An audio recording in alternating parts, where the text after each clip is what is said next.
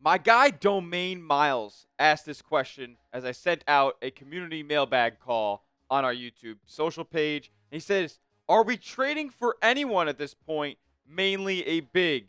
Well, that's what we're going to talk about on today's show as we answer your questions on a Golden State Warriors Q&A mailbag. And we'll start off with Domaine's question here about Golden State making a trade in general. The last that we heard from Mark J. Spears is that the Golden State Warriors are in fact looking at front court assistance. Yes, they are looking at centers around the league that might be being shopped around by some of these underperforming teams in both the East and Western Conference, and they're looking beyond a Jimmy Butler trade. That's not something that's really in the Golden State's plans at this point, looking at a Jimmy Butler rental to try to make a playoff and contending in the Western Conference push. So they're going to go out there and look for a big need on their roster, and that's a true 7-footer, a big man in the middle to address the rebounding issue on this team, to address the rim protecting issue on this team.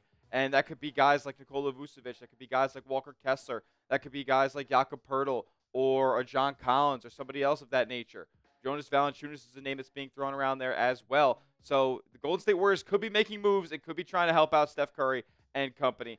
We're going to talk about that on today's show. And if you want the Golden State Warriors to make a big-time trade to help out this roster right now, hit that thumbs-up icon, like today's video, and we'll get started with today's Warriors Q&A mailbag.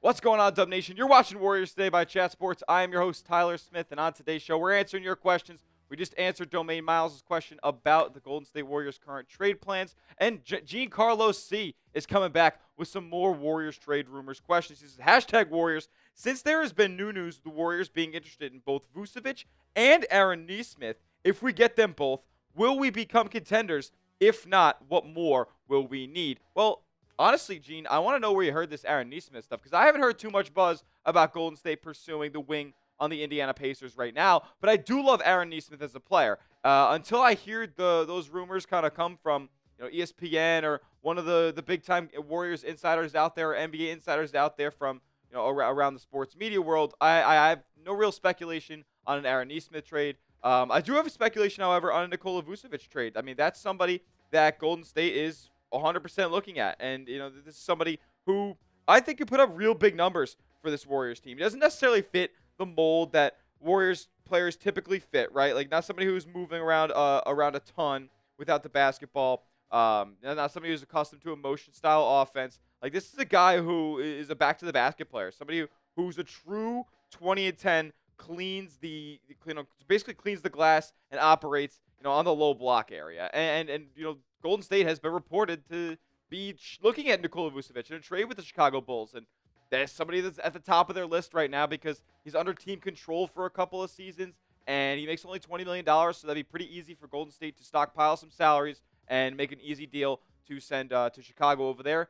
Heard Moses Moody would be of interest by the Bulls brass, and maybe a trade gets worked out, and Golden State has a lot more confidence down there on the low block and in that front court, because right now you're kind of just rocking with a Trace Jackson Davis. We're not seeing much of Kevon Looney. And, Draymond's kind of a perimeter player and more of a facilitator than a true traditional big man, especially on the offensive end. So I hope that Golden State does make a move for Vucevic. Do I think that this makes them contenders of any sorts?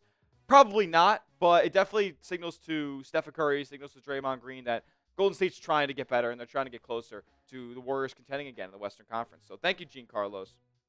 Next up, coming in from Mentality, he says, Moody was the part of the starting lineup during that crazy 15-win start. Why doesn't the team go back to this? I feel like he's pushed other players like Melton, Schroeder into coming off the bench, which allowed them to really shine with favorable matchups. Also, teams have to respect Moody's 40% three-point shot. I'm not so sure that Moody is a consistent 40% three-point shooter, but I do think that he might need a bigger role on this team than the one that he currently has, right? He's not seeing too many games where he's playing more than 20 minutes. Like, he's not seeing a featured role. He hasn't re-entered the starting lineup since a couple of appearances early on in the season. To be quite frank, like, the Warriors won a lot of those games when Moody was in the lineup.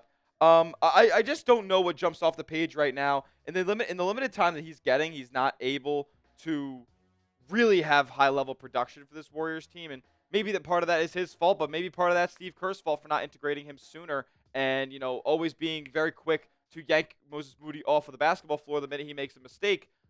You got to give a guy like this time. He's only seen spotty minutes throughout the first 4 years of his NBA career so far. Like, it feels like he's been in the league 4 seasons, but we haven't even seen that much of Moses Moody to this point. So I think the Warriors could definitely find a way to get him more involved in this lineup, and I'd like to see that happen because honestly, like in my opinion, Moses Moody deserves it for the work that he's put in so far. Young West 79, he says, "Do you think the Warriors will make the play in if we don't make a trade?" Damn, that's a tough question because honestly, Golden State's in the 8th seed right now. They're 1 or 2 games, maybe, and I'm saying maybe, above the current play-in standings, the 10th seed there. I don't think if Golden State makes 0 moves the rest of the way this season, I'm not so sure that they make the play-in, guys. I know that's probably tough to hear, but I do think that it's a reality that a lot of the Warriors fans are coming to at this point. They're realizing that this team, the roster that's currently in place right now, is just not good enough to contend in the Western Conference. And to be honest, if you're not a contender at all in the Western Conference, like what's the point of even making the play-in at this point? No, I know a team with Stephen Curry, a team with Draymond Green is never going to go out there and tank. But maybe you see if Golden State doesn't make a trade by the deadline that, Steph and Draymond are more comfortable sitting out a couple of games as the rest of the season rolls along. That's not a reality, and that's not a world that I want to live in right now. But there's a big possibility the Golden State Warriors don't make a season-altering trade in less than a month's time. The trade deadline is February 6th. We're less than a month away at this point. Golden State's got to make some sort of deal happen. I'm not so sure that they will. And if they don't, my answer would be no. I don't think that they'll make the play-in. We'll get to more questions in just a moment, but I got to tell you guys about our proud sponsor, and that is Prize Picks. Prize Picks is America's #1 daily fantasy sports platform with over 10 million active members, including yours truly. I love Prize Picks because it's just so damn easy to play, and you can win real money in real time while watching your favorite sports. All you guys got to do is pick a lineup of 2 to 6 player stat projections and just pick more or less. And Prize Picks is always trying to hook you up with incredible deals. So when you play your first $5 entry on Prize Picks, keep in mind, you don't even have to win. We're giving you a free $50 in your account when you use our promo code CLNS when you sign up. And, they got football, they got basketball, they got it all on Prize Picks. I'm going with this lineup for the Monday Night Football action. The playoffs are here. Might as well get in on the action. I got Puka Nacua, more than 8 receptions. I got Aaron Jones, less than 60.5 rushing yards. And I got Sam Darnold, less than 66.8 completion percentage. They offer so many crazy stat categories during the postseason, and you guys can get involved today. Download the Prize Picks app, use our promo code CLNS, and you get $50 for free when you place your first $5 entry. You don't even need to win to receive the $50. It's guaranteed. Prize Picks. Run your game. Next question coming in from Brumman510. When is Dennis and Buddy going to help out? I'm wondering the same thing, my man. Dennis Schroeder and Buddy Hield have not been good as of late, and obviously Schroeder's been in town a little bit less, or for a little bit less of a time than Buddy Hield has been. Buddy Hield's had the whole season, the whole offseason to train and become accustomed to this Warriors system and, play at a high level. The Warriors were looking to rely upon Buddy Hield for long stretches during this season. They have not been able to do that. But let's go back to Dennis Schroeder first, right? He comes into this Warriors team, and not even before he gets his first Warriors action, Draymond Green, Steve Kerr, even Steph Curry, they're talking about the Dennis Schroeder trade and how and acquiring him and what it means for this team moving forward. And they said that while Dennis Schroeder is a great player, doesn't necessarily play the Warriors' play style. He's a ball-dominant guy who's heavy in the pick and roll and traditional point guard play, kind of running an offense in a half-court set that's not very movement-based in the way that the Warriors have been running their game for the past decade, right? Curry, Draymond, Kerr, they all said that they're going to have to adjust to the way that Dennis Schroeder plays. And I just don't think that that's ever been a winning formula, right? Like, is a team, for players but not named like LeBron James, has a team ever adapted to the play style of one singular player coming in, especially to a player of Dennis Schroeder's caliber, and finding real success, sustained success over a long period of time? No, like, there were stretches where the Warriors did try to do that, and they would, get ran on by the Memphis Grizzlies by a 20-point stretch in a quarter. Like, it was never going to work out that way. And since then, Dennis Schroeder hasn't really been able to be a highly productive player. He's had some good games for Golden State right now, but man, he's been underwhelming. There's no other way to put it. No, you can't sugarcoat it. Dennis Schroeder has been underwhelming in his Warriors tenure so far. He's shooting less than 30% from three-point range. So is Buddy Hield, too. And that's something that is completely unacceptable for a guy who's nearly at 40% on his career. He's hit the most three-pointers in the league, if your name's not Stephen Curry, in the last 7 years. So where is the Buddy Hield that we've come to know over his NBA career so far? It is not with the Golden State Warriors. That 12-game stretch to start the season was a total facade. And honestly, with his defensive limitations, like, it's very hard to have Buddy Hield out on the basketball floor. Like, he doesn't defend, he doesn't really play make, doesn't create off the dribble. He's only a good catch and shoot player. And while that would work in a Warriors team that had Steph Curry at his peak, had Klay Thompson, had Draymond Green at his peak, like, that would have been a great addition to the Warriors offense. Right now, where, you know, the only creator on this entire roster is Stephen Curry, and teams don't have to sell out for any other player out on the floor offensively but Steph Curry, Buddy Hield's a non-factor because, you know, teams don't have to help off of him, and he doesn't find himself wide open too often. I'm not so sure when these two guys are going to step up for Golden State, but it better be soon if Golden State wants to stack up more wins. And then the final question coming from my man Cade Jackson. You know I had to get a Cade question in here. My man, shout out to you for always being active here at Warriors Today. He said, #Warriors, can we please stop with the BS and make a move for Cam Johnson and Jakob Poeltl, please? Sorry, Kuminga fans, but we've seen enough. Please end our suffering. Yeah, Cade's on my side more often than not when it comes to Jonathan Kuminga and when it comes to the limitations on this Warriors roster.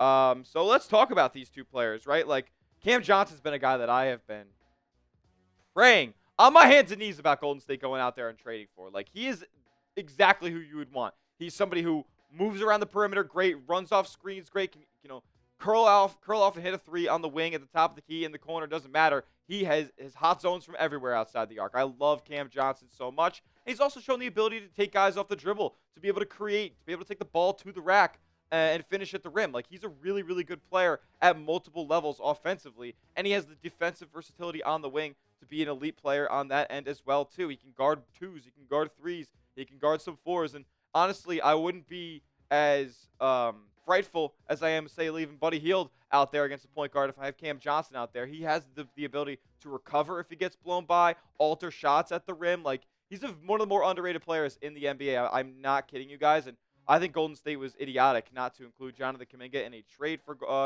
Cam Johnson when they had the opportunity to, when they traded for Dennis Schroeder. They talked with Brooklyn about making a deal for Cam Johnson, but hey, maybe there's enough time to go back and, you know, re-enter those discussions and rehab those conversations, and maybe you can find a way to not include Jonathan Kuminga, because at this point, Golden State's not going to trade Jonathan Kuminga to anybody. He's injured right now. Not a lot of teams are going to be barking up Golden State's tree to acquire Jonathan Kuminga, so I'm not so sure that the Cam Johnson trade is still a possibility, even though I try my hardest on this channel to push for a Cam Johnson trade. I guess the front office didn't hear me.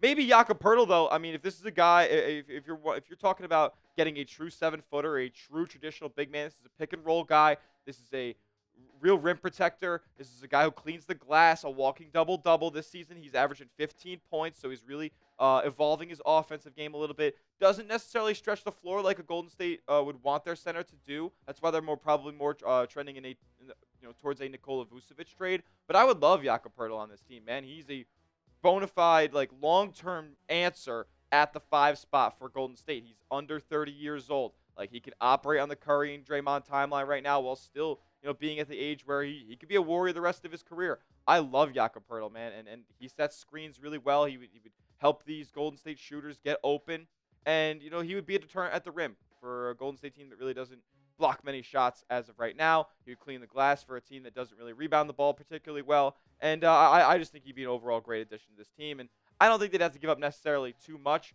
I do think that Toronto would probably rather keep him, though, than maybe anything that Golden State has to go out there and offer. Toronto's still trying to get better. I don't really think they're trying to tank, even though they're pretty low in the standings out there in the Eastern Conference as well. But hey, let me know down in the chat, down in the comment section, and by liking today's video, if you want the Golden State Warriors to make a big trade and alter this season, get them back on the right track. Let's go. And, you know, who would you rather trade for out of those two? Because I don't think, obviously, Golden State probably can't make a move for both of these players. So, out of the two players that Cade mentioned in his question, who would you rather make a move for? If it's Cam Johnson, give me a CJ in the comment section. If it's Jakob Poeltl, give me a JP down below. I'm trying to get a feel about what Dub Nation thinks about where they should, trend with the Golden State's current trade plans, with the trade deadline less than a month away. And that's what we'll keep you updated with as we get closer. Make sure you are subscribed right here at Warriors Today. YouTube.com/Warriors TV will be covering everything around your Golden State Warriors all season long. The trade deadline is soon, so any trade rumors that come about, we're going to cover them right here. You'll hear about them all